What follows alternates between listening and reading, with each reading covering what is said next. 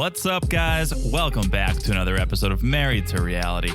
I'm your co-host, John, here with my wife and co-host. Somebody send her a seal slideshow. Somebody send her a hippo eating a watermelon. She needs a little cheering up after this episode. It's the one and only Teresa. Hello, everyone. How's everyone doing? What an episode. What a sadness the episode. Sadness the episode is right. You thought, and you would have thought correct, sadness the segment. David and Sheila. But I think they decided, let's just combine all of the sad storylines into this one episode. Yeah. And really make some people feel some things. Yeah. I said it before. I did see a coffin or a casket when we talked about it last time. I saw it in the previews. And I'm like, something did happen. I kind of did expect that. I was just hoping that it's not. I don't even want to say that. Let's just power through this. Yeah, I can't say I've been speechless, authentically speechless many times watching 90 Day Fiancé. There are some episodes and some scenes where you go, oh yeah, I was speechless. How could Jasmine just throw a toothbrush out the door? But like, not actually speechless. Watching the Sheila and David segment, I was authentically speechless, and you get lost. Like a lot of times we have to be very present watching these episodes, and we're taking notes, we're paying attention to every little detail. What is off in a scene? What can we call out that's funny? What is interesting? This, I completely got lost in the story, and for a second really felt compassion and empathy for these people. Yeah. And thought, wow, now this is the reality in reality television. For sure. I said I didn't want to say it, but I'm going to say it. What don't you want to say? I was worried that when I saw the previews and even when we saw the casket this time, it looked very tiny. And what we in Europe would consider a children casket. Yeah. So I was worried that something happened to her son. Yeah, that would be, It's hard to say it could be worse, but yeah, that would. Yeah, so that's how I was like, oh my gosh, there's a tiny casket and it's white. And that's a bit, I don't know how it's in the US, but in Czech, usually children caskets are white. I think you get to pick your casket. Well, you get to pick your casket, absolutely. Yeah, the family does. Yeah. But yeah, I've been to many funerals, unfortunately, and all the caskets of the adults were always dark wood. Yeah, maybe they try to keep it a little bit lighter for the children. Yeah, unfortunately. So I didn't even want to say it. I did say it. It wasn't her child. We'll get to it later. Very, very sad. Very, very sad. I really felt for Sheila. Yeah, we're going to try to find the silver lining in this episode, folks. We're going to try to find some moments of levity and laughter. I think we can do it. I think we can. Gino and Jasmine were still in this episode. I was just going to say, I've never seen Gino happier than when he was riding the bicycle for 4. Yeah. I have never seen him having better time of his life. The wind in his hair. I mean, the wind in his hat. Yeah. And even Jasmine was like, she seemed very naturally enjoying it. Yes. He made her classic comments, sexual, but overall, I think she was having a blast too. That was nice to see for a change. Liz, on the other hand, happy birthday. What a birthday. Happy birthday. We'll talk about all that and more real quick. A little business. You guys know we're on Supercast. We're on Patreon. We're doing a big show over there. We're doing a show everyone's talking about over there. We're doing 90 Day the Other Way on the premium feed. Yes. I'll say it, but don't hold me to it. Right now, there's a 7-day free trial for Patreon and Supercast. It's going away soon, guys. And that's why I hate to say it, because who knows? By tomorrow, it could be gone. You snooze, you lose. But we can't give away the whole season for free. That wouldn't be fair to our paying friends over on Patreon and Supercast. So I would say sign up if you can for the free trial. If not, sign up for the Cousins Club or the Family Affair. We're having a great time over there. On the Family Affair level, it's video, so you can see us in 4K. You can watch us as we do the pod. You can see what Teresa happens to be sipping on. Yeah, and we'll probably need to adjust the view a little bit because I have a very small head. Yeah, we did One get of our, one. One of our comment. friends said that my mic is blocking my face, which Let me just say, is not the worst thing ever. it's not the worst thing ever. Let me just say, we've got a decent number of patrons and Supercast fans. No one has made that comment before, so we may adjust. We may. There's only so much we can do. I mean, you know the size of my head. Yes, It's very small, but filled with knowledge. Filled with knowledge. But recently we went to DC. Hot as fuck. I needed a hat. That was a problem. All the hats were too big. Yeah. So you got a child's hat. It was white. No. Jesus. Oh, too dark. Jesus, too All right. soon. Here we go. John, too Patreon. soon. Patreon Supercast. Patreon.com/married3reality. Married3reality@supercast.com. Also, we're on Instagram. We're on Threads at married3realitypod. Message us. We're posting memes that are going viral. We're having a good time over there. So make sure you're following along at married3realitypod. Guys, make sure to check out the meme I came up with. Well, it was teamwork. That was a teamwork. Yeah. You said, I think there's something Barbie-esque here. You threw out an idea. We workshopped it. I posted it. Jasmine shared it. What are you going to do? I came up with the idea and then you fixed up the caption so it was funnier. I finessed it. Yeah, but the cat meme, all me. And we see how that one's doing. I think the cat meme is just... It's been overshadowed by the Barbie meme. Everyone's talking Barbie. Everyone's talking about the Barbie meme. Also, what does it say about cats? Am I right? Well, I think what it says is we have a lot of cat friends and fans that listen to us, and they're not going to smash that like button. They're like, how dare you talk about us cat people? That was a great meme about being a cat person, just like loving cats. And just ignoring life and loving cats. Just loving cats. Yeah. Well, if you guys want to know what we're talking about and you don't, you're not on the Instagram, so get on the Instagram at married3realitypod. Also, make sure you're following the podcast wherever you're listening. Just look down, smash that follow button. Guys, smash it like it is hot. It's Liz's 20th birthday party. Oh, God. It's more like a punishment than a party. Oh, she had fun. She got a necklace and some ice cream. Yeah. What more do you want? So, yes, smash like it's as hot as that. And last but not least, if you haven't left a review, you know we're suckers for a review. So please, if you could leave us a review, you can rate, you can review. If you leave a 5-star review and you write something, we'll read it on this podcast right here. We will. I got one to read if you want to hear it. Sure. All right. This comes to us from our friend Schmitz and Giggles. Hello, Schmitz and Giggles. So 5 stars for that name right there. Isn't it supposed to be shits and giggles? I think that's the pun. Oh, I love it. They've come to the right podcast if they like puns. And I think they are maybe a newer listener because 5 stars titled Filling the Void. Married to Reality is filling the 420-day fiancé size hole in my heart. Shout out to 420-day fiancé. What happened to them? I don't know. I think they got too high and they stopped podcasting. Yeah, I haven't seen anything from them recently. I think they dipped their toes back in and dipped back out. I don't know. I think Miles had a child. But yeah, we're fans, friends of the pod over there too. So happy to fill the void. Shout out to 420-day fiancé. Yeah, as if I don't listen to enough 90-day podcasts, when one of my faves went off the air, I went looking for another. Thanks to John and Teresa, I found a new archive of content to bring joy to my ears during my workday. Love the banter and takes on this trash TV. Thanks to Maddie and Poodle and the collabs for bringing you both into my life and filling the void. Woo! Shout out to our boys, Maddie and Poodle. Shout out This to is just an absolute 90-day our gangbang. podcasting besties. Yeah, absolute 90-day orgy over here between 420 and Maddie and Poods and us. Yeah.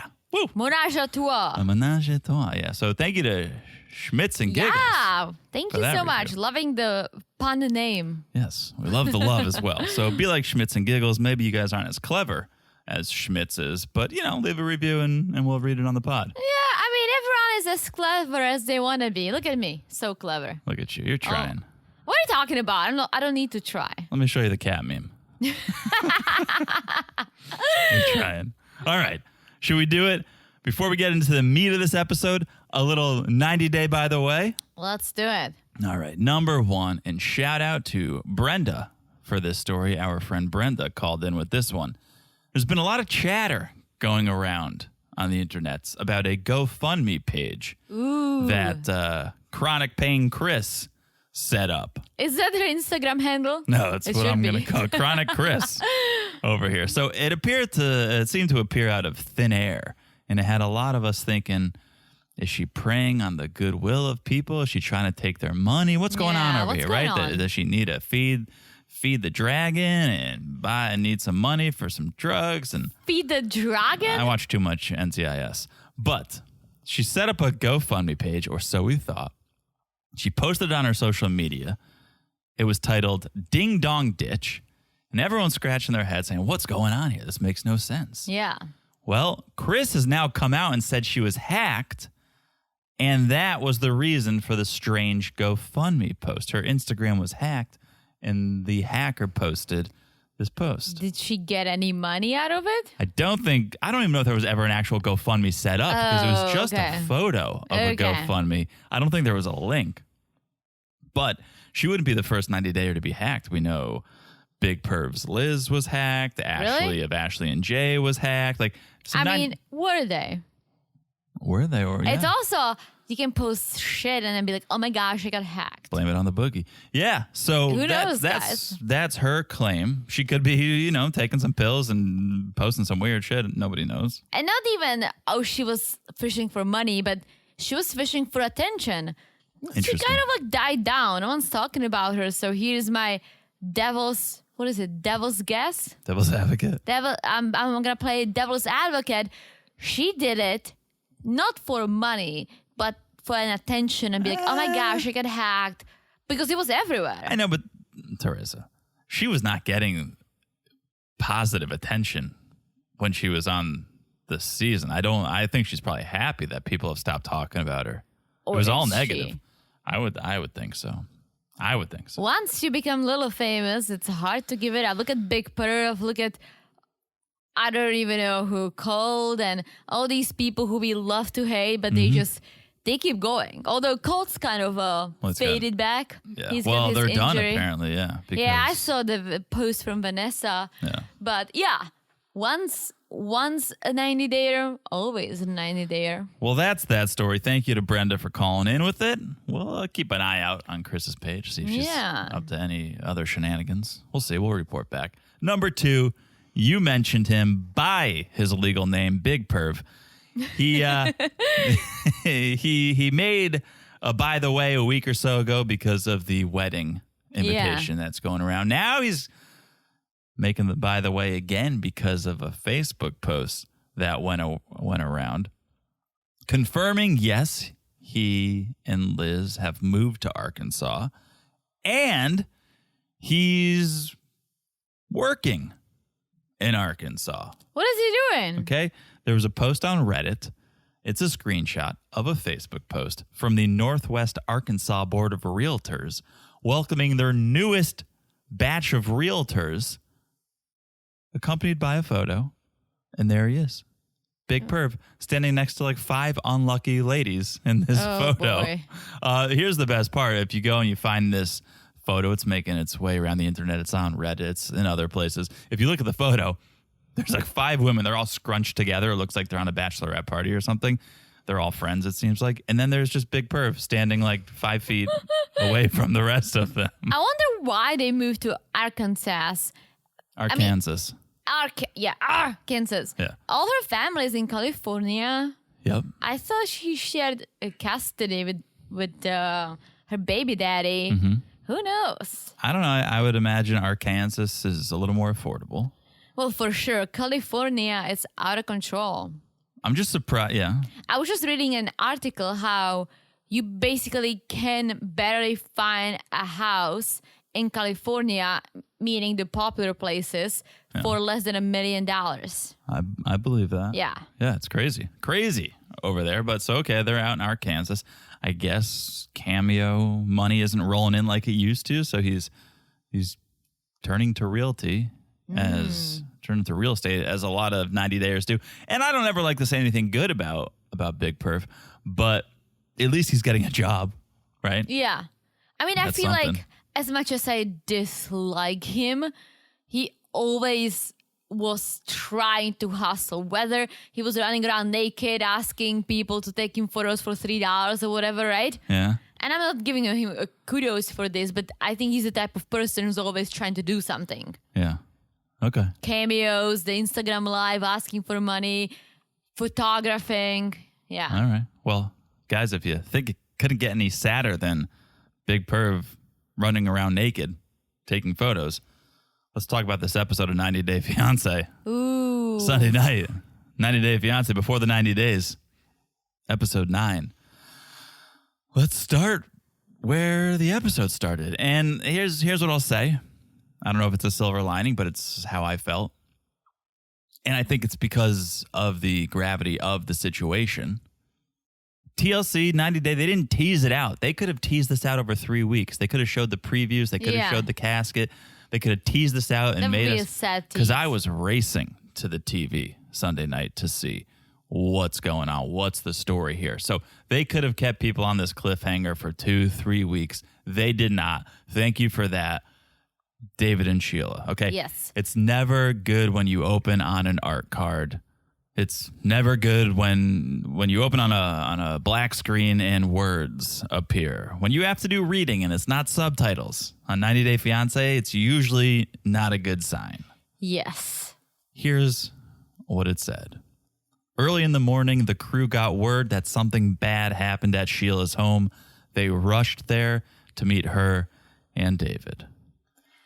Yes, and then we just see her crying and we see the casket. And let me just do a hot take, all right? Not a hot take, but let me share how I feel about things like this. And a lot of you might actually disagree with me, but I'm just going to say it. I think some of you will agree.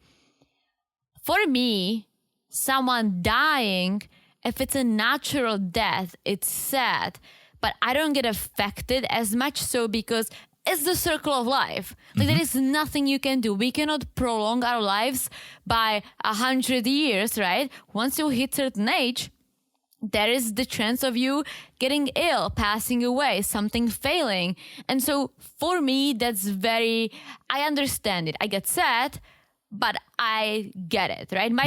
I can wrap my brain around it easily because, hey, that's where we are going to end up. Hopefully, we all going to die out of old age. You can take comfort in knowing, oh, they had a great life. Yes. They made it to 96. Yeah. In my grandma's case. 80 plus, I think is decent. For me, that's how I see things. But that's easy for me. Not easy. I don't want to dumb it down. It's obviously sad, but I can totally understand because, again, circle of life, right? But when someone dies tragically, that's where it really hits me. And this was a tragic death that maybe, and we know it was mom who passed away. Maybe she had some underlying conditions, right? Who knows? Yeah. She was born in 55. So she was in her late 60s. I'm not good at math, but my mom was born 63 and she just turned 60. Okay. So, yeah, so she was in her 60s, so she wasn't old. Yeah. But she fell down the stairs, which that's just heartbreaking. That we saw the condition of the house. David almost fell down the stairs, so hit his head, right? Yeah. And it's just horrible to see that the cause of that was her falling down that poorly constructed stairs. And because it was in the middle of the night, no one heard her and no one helped her. Yeah. And that really got to me. Yeah. It's one of those things where you think, oh, this could have been avoided. Exactly. This did not have to happen. Exactly. And that's why it's hard for me because it's just very sad. And if they maybe lived in better conditions, that would not happen. If someone hurt her and could take her to the hospital, that didn't have to happen. But the fact that she just fell down the stairs, we all watched David struggling to get through. It's just sad. Yeah, I do have to imagine she wasn't in the best health. We did get to meet her. Yeah. Right? We did get to see her interact. I don't think she was running marathons. No. Yeah, if David fell down the stairs, I don't think he would have died. So it's definitely it's heartbreaking. It's not, I don't think, what any of us expected to see on this season. Definitely not what David expected when he traveled to the Philippines. I'll be honest, I thought it was the dad. You asked me right as this episode was starting, who do you think died? And I said mom. Yes, you did. I said mom. deep down, I thought it was going to be a little more distant of a relative. Oh, my cousin died. Still. I think I was going for, wouldn't it be wild if it was mom and it happened to be mom? I think deep down I thought it was going to be a cousin, an uncle, my aunt, right? This is okay, take her son out of the equation. This is worst case scenario. Yeah. This is absolutely tragic. It's devastating. And they found her lying at the bottom of the stairs. Yeah. Imagine David going to the Philippines on a vacation, meeting love of his life. It turns into a completely different trip. Yeah. It's just such a 180. You cannot prepare yourself for this. No, but him being there for her, I don't want to find any good in this situation, but I'm going to try. Him being there for her, trying, showed how much he cares. And you never know how you would act in a situation like this. Some people might not even want any comfort. Some people just might push others away. And I've experienced it with my family members. When someone passed away, they kind of closed up and they pushed everyone away, right? But her accepting him for being there for her was good too. She didn't entirely shut down, and they cannot communicate too well, but they could at this point when she needed some space, and he also was like, I need to give her space. I need to take some alone time for me too, because this was traumatizing. And so they understood each other, and he was there for her in any way she needed. And I thought that was really good. Yeah. And so I guess here's the silver lining of all of this, if you can call it that, is we did get to witness and learn about Filipino funerals. Yes. And the traditions after someone passes. We learned it's bad luck if you don't stay with the body for 24 hours. So Sheila is staying. And as you said, David stepped up and David was there. In my head, I gave him shit for a second because he was leaving. Sheila was going to stay with mom. David wanted to leave. But then, yes, Sheila said, I need just some time to myself. I need to process. And this. I can totally see it, because it's not like they can communicate too well. And I think for something like this, you probably just, if it's such a new relationship, it's not like they're spouses, right? That can be there for each other, knowing exactly what the other person needs or doesn't need, right? Mm-hmm. This is so new that I'm glad he left. And I'm glad she was able to just be there with her son and just process by herself. Yeah, as long as that's what she wanted. Because, again, at first I thought David was just looking to get out of there. But then, yes, if that's what she wanted, you are there now to serve her, I think. Yeah. You didn't ask to be there for this, but you're there. You got to be there to serve her. For sure. I thought it was good. I thought that's why I'm saying they understood each other. There might be people who could have been upset, like, you left me, right? Yeah. But she said literally, it's like, I'll take you to the hotel. I just want to be alone. Yeah. So then we got to see the funeral. And again, this is not the unique cultural experience you're looking for when you travel to a new country, but this is the unique cultural experience you were given. Yeah, and funerals are different everywhere. These cemeteries are different everywhere, and the way we treat the cemeteries are different everywhere. And John knows a lot about it, because in Czech, you go to the cemetery at least once a week.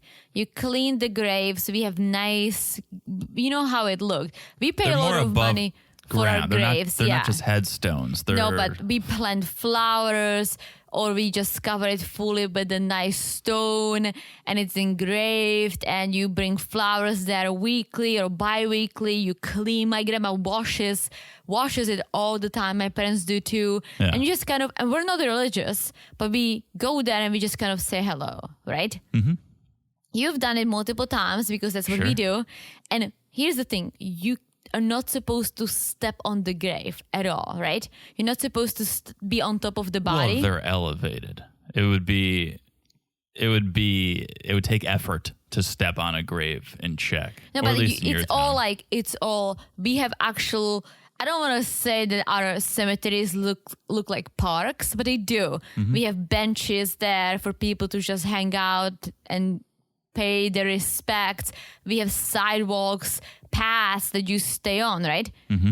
That's what creeps me out about America. There are no sidewalks, and I always feel very uncomfortable when I realize I'm on top of someone. Well, they're 6 feet down. Still, I don't it's think they're very gonna mind. in my culture. It's very disrespectful. No, it does seem disrespectful, and I would try not to. If I could. I was trying so hard when we went to, unfortunately, one of your relatives' funeral. Mm-hmm. I was really trying very hard, and I felt very uncomfortable. Besides the funeral part of that I'm standing on top of someone. Yeah, no, it's different in every culture. I mean, in Jewish culture, I think I don't know if other cultures do it. Like, and I had a hard time with this. The casket is lowered into the ground, and then everyone goes up one by one, grabs a shovel, and shovels some dirt onto. We do that too. You guys do it too. And I sat that out for a long time because I felt like I don't want this to be my last memory, is throwing dirt on somebody that I love. But then it was explained to me, a rabbi said, oh no, you're doing something for someone that they can't do for themselves. And I say, all right, you're going to put it that way, I'll do it. I did it for my grandma, that's the funeral you're referencing. Yeah. But yeah, I find it interesting. It's morbid and sad, but I find it interesting to see, like in Sheila's case, they did a procession down the street. I don't want to say it was Mardi Gras-esque or like a New Orleans line, but I found that fascinating. We would not have otherwise seen this. So these are the silver linings I'm taking from this. Yeah. I also find it interesting that, and this is not just funerals, but Czechs dress up for everything, right? You would never see people in jeans in a theater, at a funeral. Everyone's always dressed very appropriately, right? In America, most people do, but then you go to a nice theater and you still see people in jeans, or you still see people in sneakers. At a funeral, the same thing. Most people wear dress to pay their respect, wearing black, but I saw people wearing jeans. I found it very disrespectful. Yeah. Like, don't you have black pants? Come on. It depends. Everyone's different. Everyone has a different relationship. Like, I know my aunt, Uncle Fred's wife, who has also now passed. She showed up to, I want to say it was my other grandma's funeral, wearing just like bright colors, just over the top, like rainbow colors. Everyone else is in dark clothing. And she says, no, like, this is a celebration. Your grandma loved it. Like, so everyone may have a different relationship with the deceased and do something to honor them in a different way. I think it's up to the family, the living family, to decide whether it should be a funeral for everyone to pay their respect or everyone to celebrate their lives. I disagree it's very, completely. very different. I disagree completely. You can't tell someone how to grieve. Everyone had a different relationship with that person. The family had their own relationship and they can grieve how they want. I may have had a different relationship with that person and I want to do what's best for my relationship and my memory of that person. I guess. I think I'm just pulling from my culture and my culture experience. Yeah. Because this would be very inappropriate in Czech. Yeah, I understand, but that's different. No, listen, everyone, you're absolutely right. Everyone grieves differently. Everyone approaches things differently, and everyone, I remember I was so shocked after my grandpa passed away. I didn't know what to do with myself. I went to the movies and I watched a horror movie. Mm-hmm. It was a gruesome movie. For some reason, I found comfort in that. Yeah. And when I told my friends, they were like, are you kidding me? I'm like, I didn't know what to do. Yeah. I couldn't go home. I couldn't go out. I just went to the movies and I watched this gross horror film, and somehow it worked. Right. Everyone's different. So they have the funeral, and then you cut to 5 hours later. David and Sheila, they end up going to David's hotel, and Sheila doesn't want to stay in the home where her mother died, understandably. Now there's this burden that David feels like he's putting on Sheila because he needs her. He can't do much. He's not that independent, right? Forget him being deaf. He's in a foreign country. Yeah. He's not that independent, so he kind of needs her to get around. Sheila's obviously got some other things she's dealing with, and she feels bad because, okay, well, I'm grieving. I can't show David the love that he probably expects. So now there's this tension And it's unfortunate because no one expected this to happen, but there's this tension here now. And I wonder, does David stay as long as he's planning to stay? Does he go home and say, I'll just come back later? I think he'll stay. Here's what I was thinking too. And I think I'm thinking that because I'm foreign. Let's say they do work out and he does propose to her and she moves to the US with her son. What about her dad? He's going to be alone. Yeah. And at this situation, I don't think she would want to leave him necessarily. No, absolutely not this immediately, but maybe down the road, or they move Simplicio or whatever his name is We'll see. with them.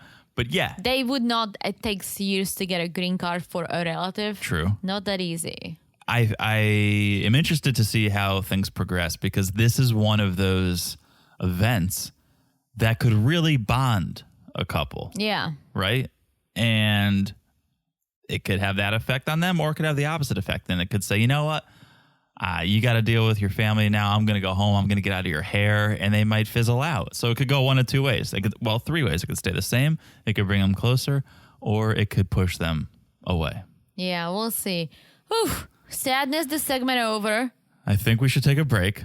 Yeah, probably. Let's take a quick break. We'll collect ourselves and we'll try to make this thing a little uplifting. What do you say? Let's do it. All right, we'll take a break. We'll be back in a second.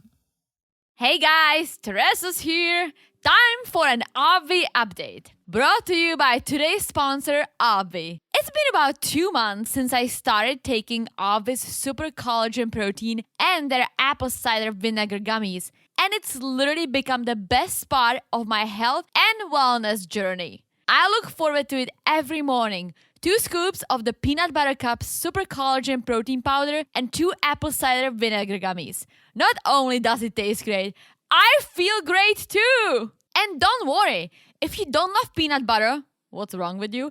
Obvi's Super Collagen Protein comes in other delicious flavors too, like fruity cereal and caramel macchiato. All with 10 grams of collagen, 9 grams of protein, 0 sugar, 0 carbs, and only 40 calories. I've also started to include Obvi's burn capsules into my regimen as well. It's the first collagen-infused fat burner, formulated to curb your hunger and boost your energy, all while improving your hair, skin, and nails. What more could I ask for, guys? Now, here's the best part. Our listeners can get 25% off today with code MERIT at myobvi.com. That's myobvi.com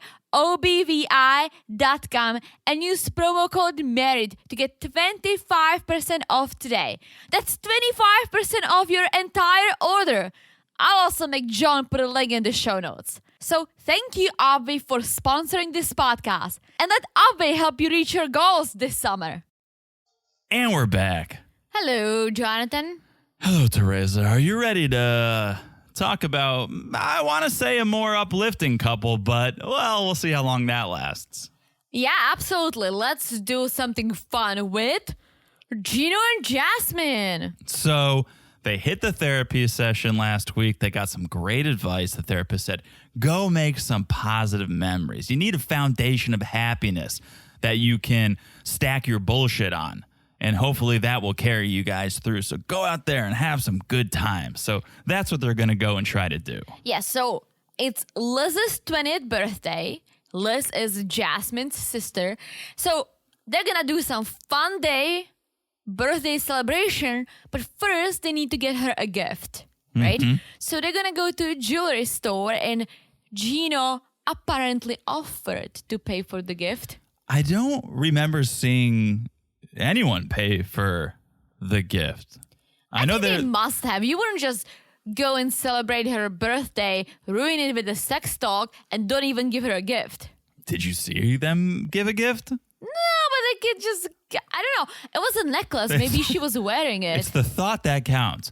We thought about getting you a gift. We just didn't. Yeah, I don't know. I'm sure they did. But, okay, Jasmine picks her a necklace very quickly. It was like this little L because her name is Liz. Got it. But That's not the only thing she wants to look at. She wants to look at engagement rings because she needs a new one. And this kind of pissed me off because Gino is like, well, you have a ring. I got you a ring, right? And we saw him buying it on the previous episode, and it was what he could afford at the moment, right? She's like, yeah, but I lost it.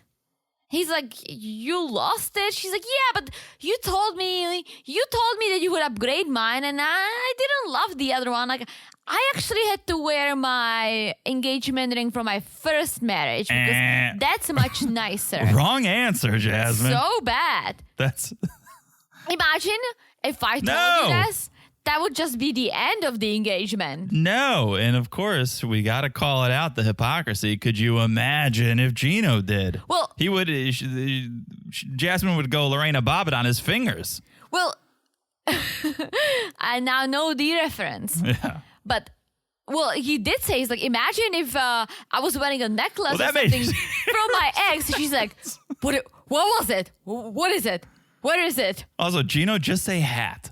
We know you don't wear necklaces. Imagine if you were wearing a hat that your ex gave you. Speaking of hats, there's a big-ass sign in the jewelry store with a baseball hat crossed over saying no hats. Yeah. Shout out to Teresa for spotting that. It's unbelievable. So I'm glad. I hope he bought something at the store while he was breaking all the rules. I mean, I get it. I think it was basically it was like a burglary kit that was crossed out. It was like no hat, no mask, no guns. Yeah. Gino was breaking at least one of those rules. But yeah, Gino stops Jasmine from looking at the rings and says, I told you I would get you a ring after the visa is approved. Wow. That opened a brand new can of worms because Jasmine is like, well, what's going on with that? You probably messed up the application. You're not a lawyer. You're too cheap to hire a lawyer, right? And Gino's like, well, I've done this before successfully. I brought my first wife from Brazil, and I did it all by myself. And I'm going to say this. It was much easier years ago. But now, post-COVID, it's just very, very hard to get through this. There are major delays. Yeah, and I wouldn't even say it's harder. It is just taking longer. But I'm also going to say this. I think they might be looking at his case because it's the second woman from South America he's bringing over. My note was this couple needed an immigration attorney from day one. They did. There are so many red flags. You look at them on paper, Jasmine's way out of his league, right? So that's... Well, forget the visuals. Well, okay, forget the visuals. Gino's ex is foreign. Yeah. Okay, so now he's trying to bring a second woman to America. There's a 20-year gap. 20-year age gap. Sometimes people can see as a, whoa, hold on a sec. And they just don't have a good relationship. They don't. They're always fighting. Always fighting. I would be curious. I actually need to go to the immigration office soon to just get an update on something. If the immigration agent is nice, I might be like, do you watch 90 Day Fiancé? Or is this something you guys watch because it's out of control? Like, we don't bring work home, lady. But I'm sure this is such a guilty pleasure that it doesn't matter if you are a lawyer, a doctor, a cleaning lady, or an immigration officer. Yeah. I'm sure a lot of type of people enjoy. Drake watches this. Drake watches it. I feel like Lady Gaga watches it. So I wouldn't be surprised if some of these immigration officers watch it and be like, whoa, all right, I hope I see these people on my desk. I wouldn't be surprised if they showed episodes of 90 Day Fiancé in like the orientation for like training for these people. What do you mean? Just like here. These are red flag examples. You see Colt and Larissa? If you ever see anyone like this, denied. Guys, and just to give you an idea how tough this is, right? John and I, alleged couple, right? Our lawyer, we actually hired a lawyer, thought that was a red flag that we didn't share an insurance because we both got it through our jobs. And he's like, well, you guys should be on the same insurance. And we're like, well, this is easier and more affordable because we both have good insurance through our jobs. Yeah. And he said, well, I get it, but this might be a red flag for the immigration officer. Yeah. So all like tiny things like this can be red flags. I do It's remember. wild. I do remember him wanting to try to substantiate more evidence, even though we had a ton. We combined our car insurance. Remember, I was like, okay, I'm gonna put you on mine. We had a ton. We had a ton. Shared credit card, shared Yeah. lease. My mom and dad wrote a letter about how much they love you. Yeah, we travel a lot, so we had all these like shared plane tickets with both of Yeah. our names on. Again, like I put you on my car insurance. And we went through swimmingly. There was no Yeah, issues. no, we no, we no, went in no. for the interview. I chatted up the guy for 5 minutes. We talked about New York because he was from the north, and then he was like, "Good luck, kids." Yeah. But, But what I'm trying to say is like tiny things like this could be red flags. So imagine how many they have. Oh yeah. So they're fighting. Gino gets fed up and walks out of the store. And that's where I'm saying, I don't know that they bought Liz a gift. Gino just kind of stormed out of the store. I hope they came back and be like, all right, the L necklace, please. Yes. So, okay. Cut back to the apartment. Gino and Jasmine, they're grabbing Liz to go and celebrate. Yes. And they're waiting for the elevator. And Gino's like, do you feel 1 year wiser? And Jasmine's like, what? And she translates it. And then she looks back at him. She's like, I don't know what you're saying. And Gino's like, that's just the same.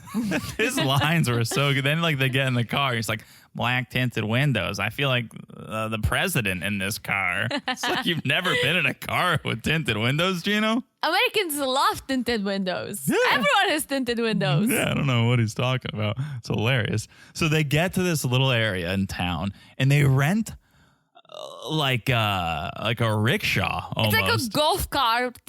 Yes, a it's a golf cart had sex with a bicycle. It's exactly. It's a foot-powered golf cart. Like, Yes. How is this a good birthday? Well, I thought it was a great idea, not for Liz, but for Gino and Jasmine. They were having the time of their lives. The two of them should have done this independent of Liz's birthday and gone and had their ice cream and biked around and talked about sex, but this was not a birthday for Liz whatsoever. Oh, no. Birthdays were the worst days. I felt so bad for Liz because they're biking around. Gino's living his best life. Jasmine's laughing. And then they start talking about sex. Be careful. Classic. Don't have a heart attack pedaling. Well, Yeah. I'm perfectly fine. And Jasmine's like, you never have good condition for sex. Why would you when you're riding a bike? Yes, I do. You always orgasm, Jasmine. Well, that's not true. Apparently she fakes. She's like, always fake it. And then as the camera zooms into Liz's face, she's just like, Happy birthday to you. I hope she doesn't speak English. Although I think orgasm is the and sex. Those two are very, very international words. Oh, man. And Gino's like, this is the night I was hoping for. Liz and Jasmine just laughing and giggling. Like, he was sincere, too. He was having a great time. Everyone was laughing, but at his expense. Yes, but Gino's like, that's not true. I know you orgasm. So he was fine with it. He was just like loving. He was pedaling, living his best life, just crossing the road. They finished the ride. Who's up for an ice cream? So they go. They sit down, and Gino's like, before we have ice cream, I have something here for you, Jasmine. And he's holding his hand like he's got like a dog treat in it. And he's he's like trying to get the dog to sit. It's like, good girl, good girl. And he opens up the box and there's a ring inside. But he's like, I saw a vendor selling rings. So I'm like, I'm going to get this one that spoke to me. And Jasmine's like, I thought you went to the bathroom. How much do you want to bet Gino got it from the claw machine at the arcade next door? Probably. But he said Wait, it's why a promise is this ring. a ring pop? Well, a ring pop would be funnier. That's true. And you can lick Jasmine would not find it funny. Well, true. But she likes it. I don't Probably think she shove it up loves her it. ass. She's like looking at it like, thank you, Gino. I think she probably just going to put on her old ring. Well, he goes, this is a promise ring that I will try harder to do better. And, avoid arguments as much as I can into, what can I say? Give you more meat. Well, we saw the previews. Happy He's birthday. going to try. Oh, yeah, poor Liz. Poor Liz. Well, then he tries to get her an ice cream, and The ladies had a kick out of it because he was trying to order in Spanish. That was pretty good. Which kudos for trying. You were learning Czech. That was pretty good. I am. Shout out to Duolingo. They should sponsor us. Yeah, we Right? should look into that. Yeah. Well, they probably won't once they hear my Czech, but Well, you better do. You have 2.5 months to improve. all right, I'm working on it. Yeah, okay. All right, that is Gino and Jasmine, right? That's it. All right, that was a feel-good segment. Let's go to England. Oh, boy. Bloody England. Oh boy. To Statler and Dempsey. Was Statler still wearing the same diarrhea pajamas she was wearing from the day before? Probably. She's wearing those Christmas pajamas. I'm Yeah. like, you had explosive diarrhea in this pajama set and you're still wearing it? I think it's interesting. I just saw an article, I think it was on CNN, about what's the appropriate amount of time to wear your PJs. Once. I agree. At least, I mean, not to get TMI around here, but you guys know I'm a sweater. I sweat in my sleep, so as soon as I get up in the morning, I throw them in the hamper. The only time I go 2 nights is when we travel because I cannot freaking bring 7 pairs of pajamas. Ooh, you do? Yeah. Oh. Yeah. Right. But usually just the bottom. Okay, yeah. All right. But yeah, it's sometimes the I feel like top that's actually two. worse. Well, it's not.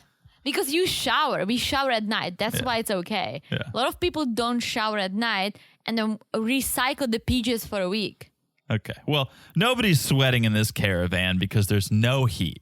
And like my wife, being cold is Statler's version of hell.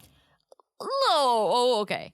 I love being cold when there is cold weather outside, or even like inside I can put a sweater on, not when it's homemade cold, like extreme cold So to the point homemade. that I'm like dripping, my nose is leaking, I'm shivering because the AC is so low. Two different things. All right. I don't mind a little winter cold when I put on a nice sweater, but it's appropriate.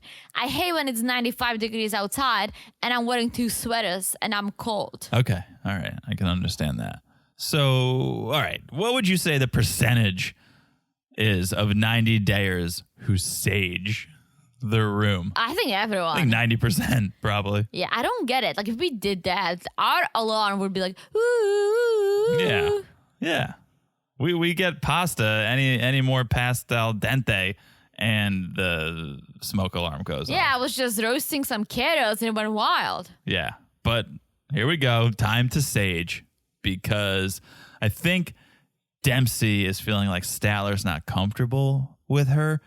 Well, Statler said that she feels out of place. Yeah, the cold, I Yeah. guess, the awkward communication before Dempsey arrived. So something's in the air. And, and so Dempsey decides to sage the space. And Sage sounds like Statler and Dempsey's other friend. Sage? It's Statler and Dempsey and Sage, you know?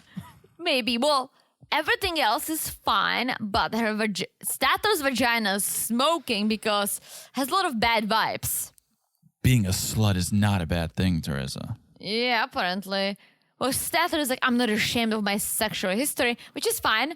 No one was shaming you, but no one should be, but I'm glad she dialed back on the sex talk because I was very annoyed last time.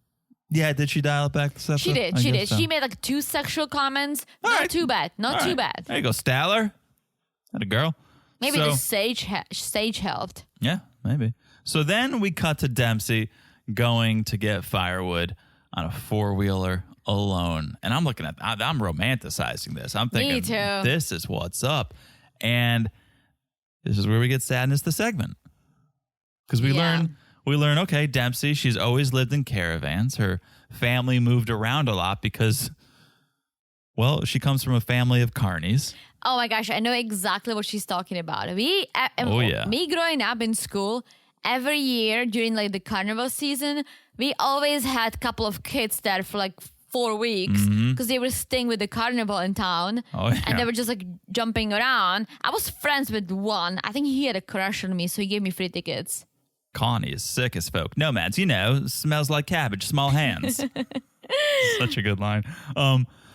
Yeah, we had a carny family in town. They owned the carnival, so they stayed put, but they sent it around. Yeah, they're usually they're just traveling around, like no Eccentric. I don't know how to explain it, but Well, when you sustain on a diet of cotton candy and fried dough, yeah, you're gonna be a little off. probably. But yeah, I always felt very unease because I'm like, all right, like you guys don't really have a home. You just bounce around, right? But Yeah. I guess it's a lifestyle, and she said it's been in her family for generations. Someone's got to do it. Who's gonna set up the sizzler if they don't? Yeah. I didn't like the carnival travelers because I was always like, oh, you just set up the roller coasters and you make the sweet hair. Cotton You candy. just said it, cotton candy. Thank you. But I always loved the circus. Because I'm like, you have all these animals. It must be so much fun, right? So like, I was always like, oh, circus, that must be amazing. But just carnivals, like, what do you do with your life? Yeah. So here's the sad turn. That's me as a kid, guys. That's me viewing this as a child. Here's the sad turn. Dempsey had 2 sisters, but when Dempsey was 16, her older sister died of carbon monoxide poisoning in her sleep. And I have to imagine, I don't know, this is my speculation. You're in one of those caravans, hooked up at like a carnival, Yeah. running off a generator or something, right? You're not plugged in. You don't have electric, and the generator or something pumped in carbon monoxide and she died. That's tragic too. Absolutely. We had that little beeper in New York because it happens in New York. I think we might have a 2-for-1. Well, here. but this is a nice newer apartment. In New York, we had to get a plug-in because it wasn't in our walk-up. It was an older building. We have a friend who got carbon monoxide poisoning, and her boyfriend called, and Ooh. Chris and Lorian, friends of the pod. Real? Oh, I think I knew about this. Right? Yeah, I think you're right. Yeah. Yeah. Shout out to Lorian if you're listening. Oh, yeah. Hello. Hello. Yeah. So Dempsey, when this happened, it messed her up, understandably, and she left home at 18 Yes. because she felt like I can't be here without my sister. Ended up bouncing around a lot, but this is how she met Ben. Yes, and Ben is her close friend. She loves Ben. And Ben is the guy who owns the company that runs the farm. And let me just say, when we say a farm, or when she says a farm, it's not a farm with sheep and cows. Yeah. It's this sanctuary for big city people to come in and stay in these converted containers into these nice tiny homes that they can just enjoy the nature. And I'm sure they do grow something in the farm, right? But it's just this really, really nice, peaceful place. And that's why I was like, oh my gosh, maybe you and I should do this. I loved it. I looked it up. Kip and Nook. Ooh, 4.9 stars on Google reviews. Very good reviews. nice. 40 pounds a night. Yeah, I mean, I think you do stay in those converted containers, so it's it's a shipping container. Yeah. I think it's a luxury without being overly luxurious, right? The property looked luxurious. The bar and lounge looked luxurious. Yeah. I would 89 pounds a night. I would stay there too, for sure. Yeah. So they go and check out the grounds and the lounge and the bar, and it's very nice. And look who's behind the bar. It's Ben. It's Ben. And okay, I really like Dempsey. I would totally be friends with her. Yeah. She seems like such a nice and positive person. Early lead for one of my favorites this season.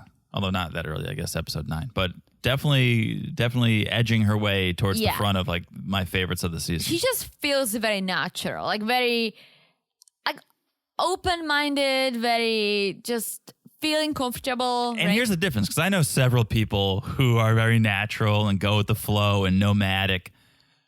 Dempsey at least is working.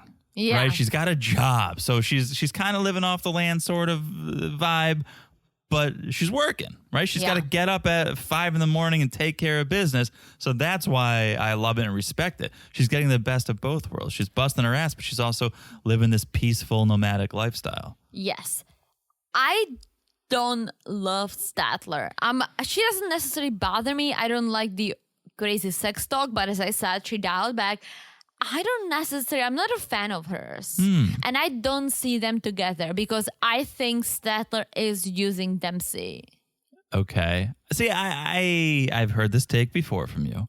I don't totally agree because I think Statler is as much in love with Dempsey as she is with England. If Dempsey was from Florida, would she be still in love with her? Literally the same person. It's a great point. No, because she doesn't have that accent. And you are actually the one who always says it. I don't know if people ask you if you are into Czech girls or Europeans, but you're not. You just liked me. You weren't looking for. You were on Tinder. You were on a dating foreigners website, right? And you happened to meet me and we hit it off, but you weren't looking for a foreign European, right? Mm-hmm. So that's what you always say, that it's not about where I'm from, although, I mean, it's a big plus. Well, it made you more interesting and fascinating towards me. You. Like I like learning things, and talking to you early on, I was learning so much about things I didn't know. You still learn from me. Every day. But also you can go to Europe multiple times a year and travel, yeah. It's a plus. But yeah, I think you as an individual is bigger than where you're from. For sure, but I don't think that Statler feels the way. I think Statler is all about England. She wants to live in England. She loves the accent. She loves the ladies, apparently. So that's why I'm judging her. And the more you talk, the more I'm seeing your point. And here are the two sides of that coin. If she just said, "Oh, I'm very attracted to English women, and that's who I'm looking for," I would not agree with you.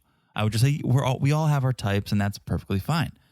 You're right. The fact that she's like, "Oh, I have this plan to move here, and I haven't even told her yet." Yeah. It's like, "Oh, that's your primary motive. You really just want to move there." Yeah. And I said it before, if she wanted to just move there, dude, just move there. Apply for some sort of a visa. We know that Julio is doing it. He's moving to Amsterdam. He got the permit for I don't know how long, right?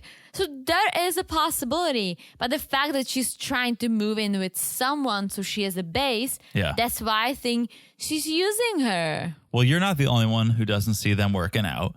Ben, not a fan of cyber relationships and doesn't really understand this relationship. Apparently, they're like chalk and cheese. Yes, and he doesn't recognize Dempsey moving this fast. Like, that's not her style. And he just doesn't see them together, and neither do I. Yeah. So while they're all chatting, Dempsey's Thai travels come up. And Ben's like, "Oh, how'd you get along while you were there? Did you guys stay in touch?" And Statler's like, "Well, the communication was tough." And Ben's like, "Yeah, party capital of the world. You got to let her be." Yeah. And that's what made Statler go, "Yeah, speaking of party capital of the world, I think we need to have a talk later." So they do, right? Back at the caravan. Yes, and they have some fun at first. I guess Statler being quirky makes Dempsey laugh, which is great, right? Yeah. That I like that about Statler. I agree with all of the things that you find off-putting or suspect. Is maybe a better word. But I do appreciate her quirky nature. Like, I would also throw a raw garlic clove in my mouth. Oh, boy. Just for schmitz and giggles. Shout out to that review. Yeah, and I did like this moment, but a moment like this cannot hold the relationship because of the alternative motive that I think Statler has. As you said, if she was just, all right, done dating in America, let's see what's out there. Oh, England, sure, let's see if it works, right? Her literally saying, "Oh, my lease is up in a couple of weeks. I need to move here. I actually need to tell her, but I need to meet her dad first." It's like, okay, this rubs me the wrong way. It's a great point because her actions show that she doesn't value the relationship. You would not do this. You would not move this quickly. You would not force someone, for lack of a better word, to let you move in with them. If you loved them and you really valued the relationship, you would try to nurture and foster that relationship and then move in when the time was right. Instead, she's like, "Surprise, I'm moving in." It's like, that doesn't seem like you respect the relationship that much. And about 4 months before she met Dempsey, she was about to move to England with her ex, who probably, it seems like, got overwhelmed with Statler moving so fast, so she called it off. Yeah. So, yeah, that's why it rubs me the wrong way. So, okay, they start talking, and Statler says, Dempsey, I feel like you were doing other things when you were in Thailand. I feel like maybe you were doing other things, maybe doing other people. I don't know. Were you cheating? And Dempsey's like, well, why would you say that? Statler goes, we talked every day. Then your dad left, and our communication just went downhill. And Dempsey's like, well, I told you Wi-Fi is not good there. I definitely wasn't cheating. I can't believe you would even say that. Have you ever cheated? And Statler has. Yes, well, Dempsey hasn't, and this is a red flag. Yeah, this is not good. This is too early in the relationship to be accusing your partner of such things with such little evidence, and it shows lack of trust, and it doesn't bode well for a healthy, happy relationship. No, the only kudos in a way I'm gonna give to Statler is that she apologized and said, I'm sorry, I'm just projecting my past onto you, and I don't want to do this, I don't want to be this person. So I was like, all right, I'm glad you owned up to that. Projecting her past, but also I think guilty conscience. Yeah, she was talking to her ex. True. That's very true. Plus someone with such a dirty mind who loves sex, how do you go without it for 11 months? Come on. Well, you take care of business. Yes, but you do. You do a one-man show. Well, I think people with regular sex drive do that. I think someone who's so into that, I don't know how, if she waited this whole time or if she slipped here and there and just be like, well, until we meet, it might not be too serious. Yeah. Well, I don't want to accuse someone of cheating. I'm not accusing. I'm just assuming, guessing. All right. I'm not accusing. Wondering. Thank you. All right. See? Teamwork. All right. That is Statler and Dempsey. All right. Should we go to Vietnam? Let's go to Vietnam. All right. This was the first time we saw something nice, like a nice relationship or friendship. You're not talking about Riley and Violet. I am not. I'm talking about Riley and Tommy. Well, we're going to meet him later. But before we do, they are two freaking asshole teenagers. Oh, yes. That's a great assessment of this relationship. What WTF? Two 40-year-old teenagers. Like and we're married, we're way past this, but when we started dating, if we get into a fight and you blocked me, I would be like, absolutely fucking not. I'm 25. I don't need this in my life. Yeah. They're in their 40s. Yeah. Riley's coming up on 50. It's the morning after that date from hell, and Riley's at his hotel room alone, and he's kind of replaying the night in his head. He regrets some of the things he did, but does not regret telling Violet that it's over, and he blocked her. And he's like, she texted me, and then I blocked her, but I haven't read the text yet. And I'm like, all right, you're being a child, and there was a part of me, I did feel bad for Riley prior.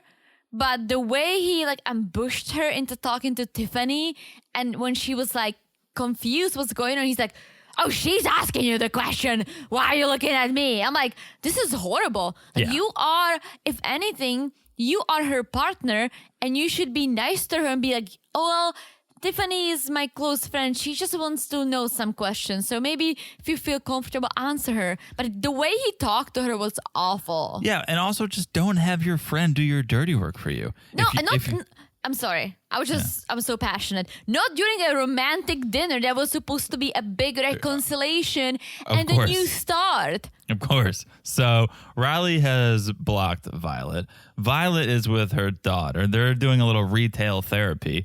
They're going shopping for some clothing after that wild date. And guess what? Violet blocked Riley after she sent him this text. Yeah. So I love this. Violet's daughter wants to know what happened last night because she came home so early. Violet's daughter thought, oh, it's going to be a late night for you, Mom. What's going on? And Violet goes, well, Mr. Riley impressed me with his fashion and the way he talked. But he changed. He was really rude. He forced me to answer questions and didn't protect me. I was just like, I love how she was like, Mr. Riley impressed me with his fashion. Well, I have to, as much as I do not like Violet, and I still do think she's rude. Yes. I do agree with her because he did not handle this well. He was being rude to her. And if you did this to me ever, that would be it. And not that you would at this point, but I'm like, let's say we started dating and you had some questions, and instead of asking me, you would have your friend on the phone being rude to me.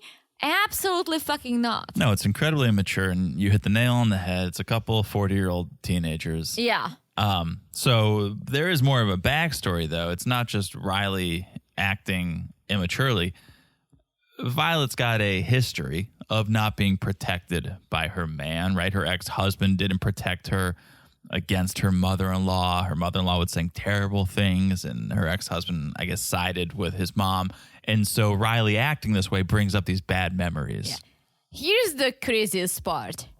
Violet, so her daughter says, well, you guys need to meet up and talk and try to meet in the middle because this is ridiculous, right? Mm-hmm. Violet, well, I would meet him, but I'm not going to be the first one to reach out. Plus, I blocked him.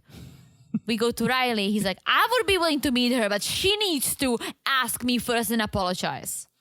But technically, how does this work? It doesn't because they both blocked each other. He needs to reach out to me first, but I blocked him. And it's like, okay, well, then that's not going to happen, lady. Yeah. Well, Riley's like, okay, I'm in Vietnam. My relationship sucks. Doesn't stop me from having fun. And I did like this, right? So he hired a tour guide. Tommy the tour guide. And I loved everything about this. Yeah, this is a cool way to see a city, right? He hired Tommy, who has a motorcycle, and he's going to hop on the back of this motorcycle and tour the city. When I hear the name Tommy, I think of Tommy the horse. Tommy obviously. the horse, Vegas the mule. Yes, we told you guys about Tommy the horse. Beautiful horse. Beautiful horse. Rode Tommy in Red Rock Canyon in Vegas. On my 30th birthday. It's so funny. I didn't even think about Tommy the horse watching. That's all I think about is Tommy the horse. This Tommy had such a vibe. That's all I could think of. Yeah, and how I should have ridden Tommy the horse because it was my birthday. They first wanted to give you beautiful. Beauty. Yeah. And then I think you stepped up to the line. They're like, Vegas, maybe? The mule. The mule. But no, I love this for Riley. I don't know if we said it on this podcast. We were in DC recently, and we were. Oh, we said it on this podcast. we were taking out those Lime scooters. Yeah. And I thought that was such a cool way to see the city, especially in DC. You're taking them out at night. You're going by the monuments. You're riding by the Washington Monument, the Lincoln Monument. Like, to me, wind in my hair. That was such a cool way to see the city. This, I feel like, is similar, if not cooler. Yeah, and I laughed so hard because Riley is a big guy, right? And he jumps behind Tommy on this tiny motorcycle. But I loved how he didn't complain. He didn't say anything. He says, oh my gosh, this is great. This is a great way to see the city. He enjoyed it. And that's the thing. This could have been a Riley and Violet date. Ooh. Riley's down to have fun. Riley's down to explore and see the city and have a drink and smoke a cigar. But it's just not working with Violet. Yeah, I don't hate Riley. Again, I think he handled the situation very poorly. And I think unfortunately, he was too hurt in the past and he carries it around. He doesn't let go of what happened in the past and it's hurting him in the future and affects all his decisions. And that's why he's acting so immature because all he thinks about is like, okay, I don't want my past to repeat. And he needs, at this point, he needs to let go. Otherwise, he's just going to be miserable. So the tour comes to an end. But Riley does not want to say goodbye to Tommy. He's having too much fun. So he's like, hey, Tommy, how about a cigar with me? So they went to this Vietnamese cigar club and I loved it. What an unexpected night for Tommy. Right? Tommy's like, okay. Yeah. And Riley's kind of telling Tommy about the arguments he's had with Violet and Violet still being on the dating app. And Tommy's like, you treated your friend like family, but here, family is family. Which is very true. Like, it's very similar in Czech. Like, I would never refer to my friends as family. And no matter how close they are, they're not my family. Okay. All Here, right. like it's a very common thing in America that you get close friends and you're like, oh, you're like family, but you're not family. You in Czech, you would never say "I love you" to a friend. We like them, okay. we like them all, right? But it's different. You like your friends, you love your family. Okay, I can make an argument against it. I would say you choose friends with the family you choose, right? It's corny, but it's true. So you're choosing to have this person in your life. You're forced to have family in your life a lot of the times. We're lucky we love our family. Yes, and we have no friends, so. Right, but we didn't choose. We didn't choose our family. We're just very fortunate that we love them. You choose your friends, and so your friends can have your back, sometimes more so than your family. So I get what Tommy's saying. I would be offended if friend or family came at me like that. I'd be like, if you have the question, then you ask me. Oh, 100%. So, okay. Tommy gives some good advice, says, maybe you need to apologize. And Riley's like, well, I blocked her last night. And Tommy's like, what? She should be blocking you. Yeah, I'm glad. And here's what I loved. I loved that Riley wasn't getting defensive with Tommy. Like, oh, you don't know anything about this. He's like, all right, Doug, I'm glad we're talking. You're right. I need to apologize. Like, thanks for letting me know how things are. And I do appreciate it because as rude as violent is, whatever we always say, it is cultural. And there is when Tommy says, well, you bringing your friend to the occasion, she didn't understand, right? Mm-hmm. So I appreciated Riley to be open-minded and appreciate Tommy's advice. Yes, I hope Riley gave Tommy a good tip. Right? I hope he pays for the cigars and the drinks. I don't think Tommy had a cigar. No? No. Well, I loved it how Riley ordered for him. Yeah. It's like, oh, we're going to have a... Sherry cask. Yeah, and Tommy's going to have the same. Yeah, Tommy's going to have a big cube. All right. Do we have one more? We have. Let's go back to England. Oh, boy. Let's go back to England Okay. to see how Cleo and Christian are doing. So... Christian. You got it.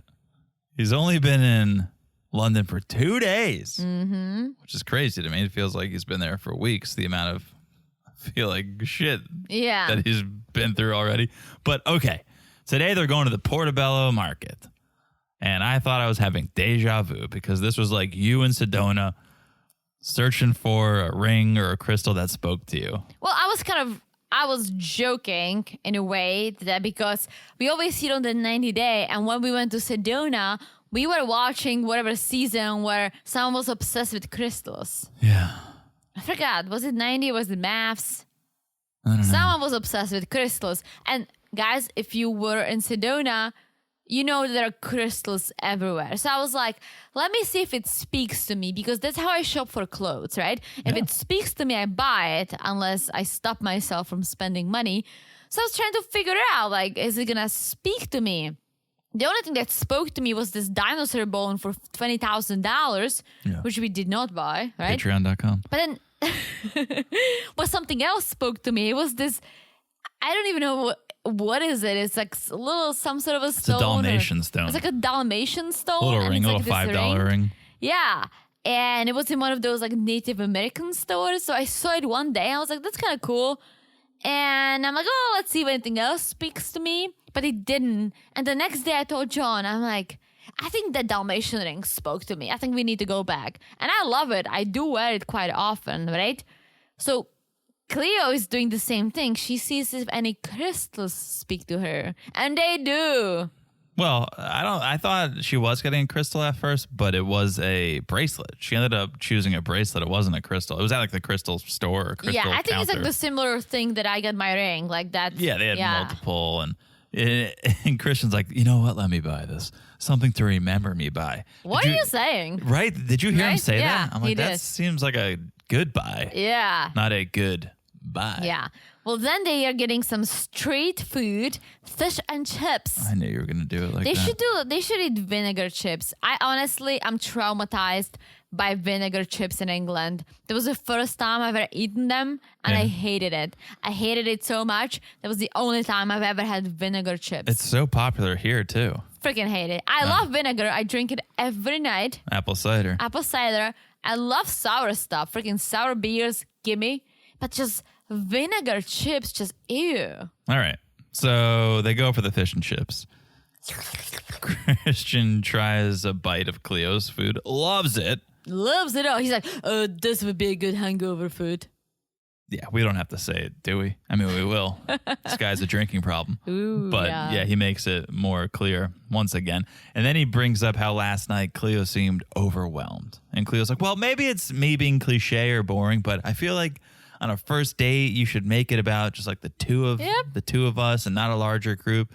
And Cleo goes, I wouldn't go on a date with you and then talk to a group of dudes and tell them I'm from Italy and just chat up them all night. It's very true. It's very true. And okay, I could be wrong, but Cleo in the same breath as all this kept mentioning how her autism was making her feel uncomfortable in this environment. I think anyone would be uncomfortable with their date chatting up other girls. Like she shouldn't put it on herself for that. Like everyone would be upset and uncomfortable if their date was talking to other people. Correct. But Christian did mention her and introduce her as his girlfriend, which was good. But she said her problem was that she felt claustrophobic. That wasn't her type of a place, right? Okay. And I can see that. And on top of that, he was paying attention to other people, right? Okay. So I think the whole experience just sucked for her because she feels overwhelmed at the airport. And this was a small bar, tight space filled with people. Yeah. Well, I don't want to question her autism. I mean, I don't either, whatever she says. But I would say that Portobello market there, I was pretty overstimulating. And she goes, oh, it's one of my favorite places. So it's not like she can only sit at home in peace and quiet and be happy. There are places she can go where there's life and it's lively. So I think Christian just needs to find that happy medium of like, sure, we can go to a fun place. True. I just probably shouldn't talk to other girls while I'm there. Yeah. It's funny because like for me, I love small dark bars. Yeah, like speakeasies. Yes. I love when it's not overpopulated. Absolutely. But like big open bars or like places you go out and drink and it's too open and too there are too many people and too much space. I don't love that. No, I want more intimate. Yes, me too. Yeah. Interesting. Okay. Just sharing my point of view. Speaking of intimate, let's cut to the apartment. Let's cue the sexy sax music. Let's pour a glass of wine and light the candles. It's time to get romantic. He's like, let's listen to some baby making music. And Cleo is like, well, that's not gonna fly for me. Yeah. I don't know if he picked up on it. I picked up on it. No, you did. Oh. I don't know if he did. Oh, yeah. Like put a baby in my butt. Jesus. What? That's what she was saying. So then Christian says, well, I brought something special, Cleo, that you may have not experienced before. He disappears. He comes back. I don't know what you thought it was going to be. This is not what I thought it was going to be. No. VR headset. Which is fun because they both enjoy video games, which is a nice thing they connect over. Plus, Christian can butt chug that bottle of wine when Cleo's got the headset on and not watching. I fucking hate video games. Have you ever done VR, though? No. It is pretty wild. I have done it, not a video game, but I have done it as looking at the 3D modeling stuff. That's not VR.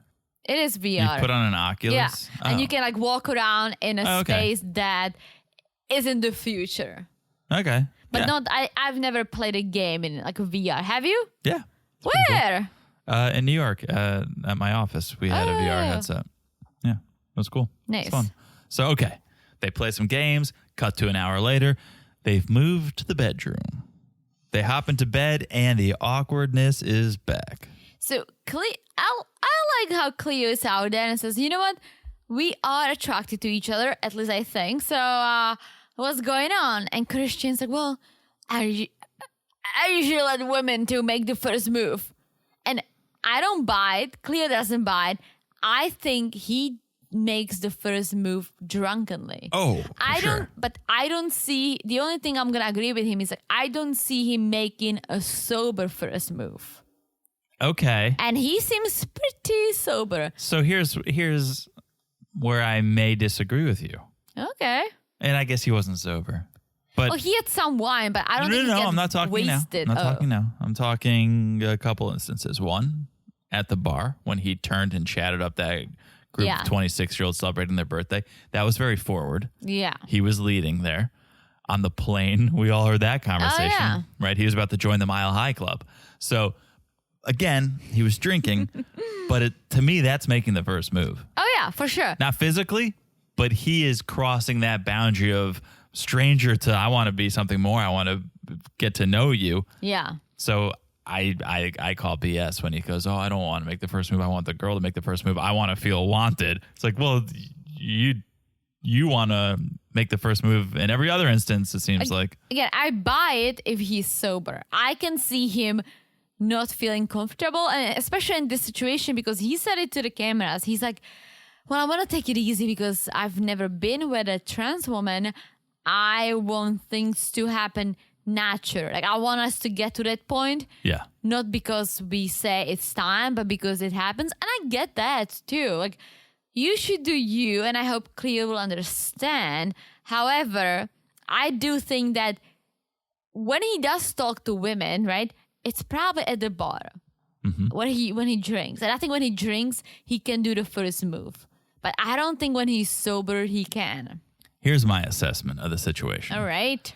Christian and Amanda are going through the same thing.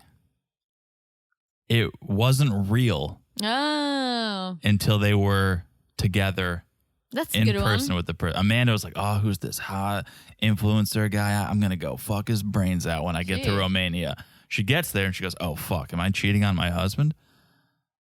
Same with Christian. Oh, who's this hot woman? Yeah. Can't wait to get to London till I get. Then he gets there and goes, oh, wait, I've never done this before. This is different. I've never been with a trans woman before. And now it's real.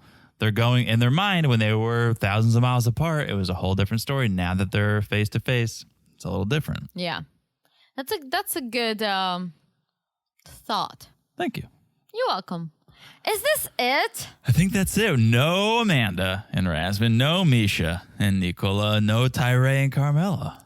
Well, we saw the previews. Something's going to go down in London. Something's going to go down in Barbados, too. And I'm here for it. Yeah. Yeah. I heard Tyree say on the previews that I'm going there to meet her. No, you're not. Yeah, I don't think he's meeting her, but he's meeting someone, and I want to know. Yeah. So that is it. If you guys want more, join the Patreon, join the Supercast, patreon.com/marriedtoreality, marriedtoreality.supercast.com. We are doing 90 Day the other way over there. We don't have to tell you. It's a wild season. It's a wild season, and we're behind a paywall. So if you thought we got wild on this episode, well, put the kids to bed, fire up the Patreon. It gets it gets wilder. It does, but guys, we still stay us, right? It's not like John runs around naked and You are topless, though. You really wanted people to come over to the Patreon. Yeah. No, I don't think that's our clientele. I don't think me being topless is gonna sell anything. I don't think that's our clientele. All right. But we are on Patreon and Supercast doing what we do. We're also on Instagram at Married to Reality Pod. It's a good time over there. We're doing memes. Yes. You guys can message us there. And if Jasmine likes the memes, I'm sure you guys will like the memes. Guys, go like that cat meme. Help Teresa out. That's a great meme. I was telling John, I'm like, do not disregard my cat meme. Yes. And he didn't. Also, make sure you're following the podcast wherever you're listening right now. It's so easy to do. You just look down and smash that follow button. Guys, smash it like it is hot. Is the farm that Dempsey works at, because that was fabulous. Yeah, I might look into booking us a trip there. And also the beautiful review we received from Schmitz and Giggles. Schmitz and Giggles. Great, Thank you. Great name, even greater review. Thank you. Love it. Schmitz and Giggles. Happy to fill the void. So thank you. Always happy to fill the void. I love that you found us. All right. That is that. What an episode. What an app. That was a good app. It had its downs. It was sad, but good. Yeah. We went from talking about caskets Oh, boy. to talking about cats. You got that right. All right.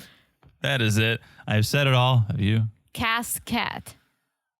Oh, boy. Teresa said I've it said all. it all. Now I've said it all. We'll talk to you guys soon. Bye-bye. Bye-bye.